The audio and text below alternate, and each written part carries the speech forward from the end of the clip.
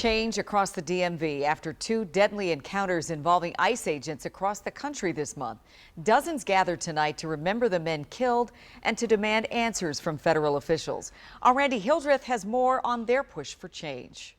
ICE out of D.C. A group of about 30 people gathered Tuesday afternoon at Lamont Plaza in Northwest D.C. Sometimes these things can feel far away. Somebody was killed in Houston. Somebody was killed in Maine, you know. This is a wound that our community has felt, and, you know, we're standing up to say that enough is enough. Their message plastered on signs and banners, calling for an end to ICE, but also honoring two men killed by ICE agents in the U.S. this month. 26-year-old Joan Sebastian Guerrero was shot and killed Monday by agents in Maine. 52-year-old Lorenzo Salgado Arrojo was killed by federal agents in Houston last week. Friends of the Salgado Arrojo family were at the D.C. rally. To see the grief really up close, you know, it just reminded me how horrifying this moment is. Stay out of our communities. And as the sun set here in Tacoma Park, Maryland, a smaller vigil Tuesday night, the people gathered here calling for the same thing, an end to ICE and more answers for impacted families. The very recent murders that happened in both Houston